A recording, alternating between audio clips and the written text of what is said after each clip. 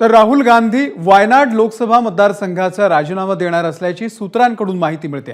रायबरेलीचं प्रतिनिधित्व मात्र राहुल गांधी कायम ठेवणार आहेत। वायनाड लोकसभा मतदारसंघामध्ये राहुल गांधी राजीनामा देणार असल्याची खात्रीदायक माहिती काँग्रेसच्या नेत्यांनी दिलेली आहे। राहुल गांधी यांच्या या जागेवरती पुन्हा एकदा निवडणूक होईल आणि काँग्रेसच्या मोठ्या कार्यकर्त्याला तिथे संधी दिली जाईल।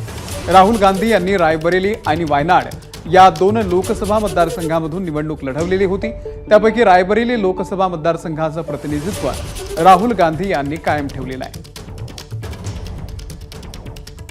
मिकी गई आपले प्रतिनिधी या संदर्भातले अपडेट देतील। मिकी, अमोल, जर बघितलं तर काँग्रेसच्या सातत्याने दिल्लीमध्ये आता बैठका सुरू झालेल्या आहेत।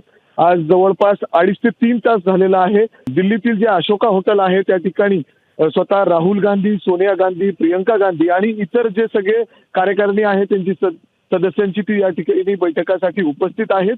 जर आपण बघितलं तर याच बैठकीमध्ये वेगवेगळ्या गोष्टींवर, वेगवेगळ्या मुद्द्यांवर चर्चा झालेली आहे आणि त्यामध्येच राहुल गांधींनी 2 ठिकाणाहून लोकसभेची उमेदवारी त्या ठिकाणी घेतलेली होती। त्यातच वायनाड लोकसभा मतदारसंघातील राहुल गांधी जे आहेत ते लोकसभेचा राजीनामा देणार आणि त्या ठिकाणी काँग्रेसच्या एका मोठ्या नेत्याला त्या ठिकाणाहून संधी दिली जाणार अशी देखील चर्चा या बैठकीमध्ये झालेली आहे।